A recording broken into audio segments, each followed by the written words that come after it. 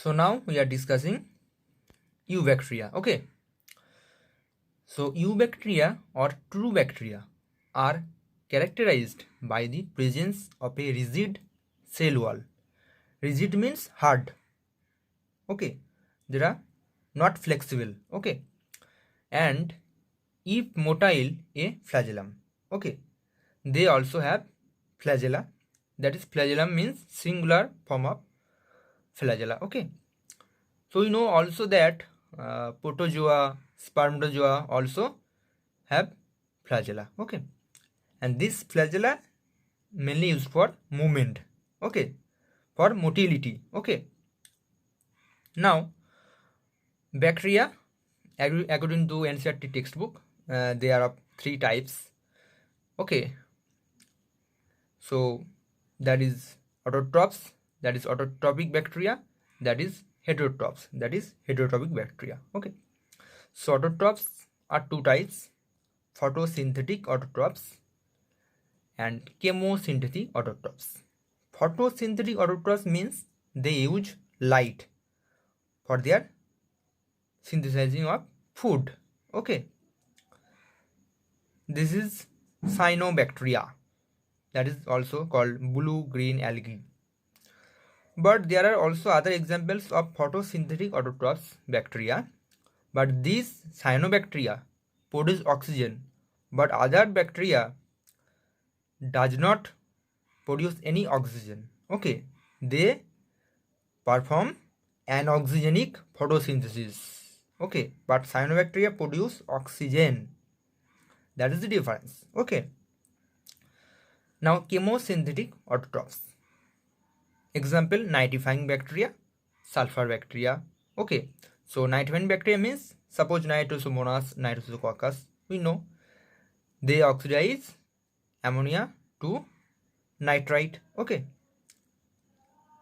now heterotrophs, they cannot synthesize their own food. Okay, they are most abundant in nature. Okay, most type of bacteria are heterotrophs, অর্থাৎ heterotrophic bacteria.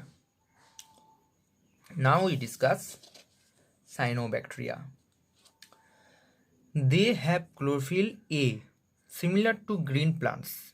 We know that green plants also have chlorophyll A. So they are photosynthetic autotrophs. Okay, they produce oxygen and food with the help of photosynthesis. Okay, they often form blooms in polluted water bodies. Okay, some of these organisms can fix atmospheric nitrogen in specialized cells called heterocysts. This is very much important. Example: nostoc, anabina. Okay, nostoc and anabina, they have heterocyst to fix atmospheric nitrogen. Okay, now chemosynthetic autotrophic bacteria. They oxidize various inorganic substances like nitrates, nitrites, and ammonia and use the released energy for their ATP production. Okay, they play a great role in recycling nutrients. Okay, like nitrogen, phosphorus, iron, sulfur, etc. Okay, so chemosynthetic autotrophic bacteria important for recycling nutrients. Now heterotrophic bacteria, they are most abundant in nature, I told previously. Okay, they,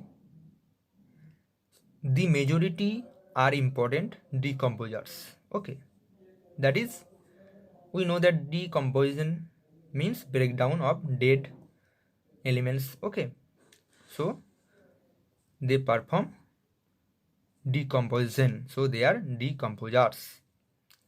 They are also helpful in production of antibiotics, fixing nitrogen in legume roots, only roots. Okay, not leaves.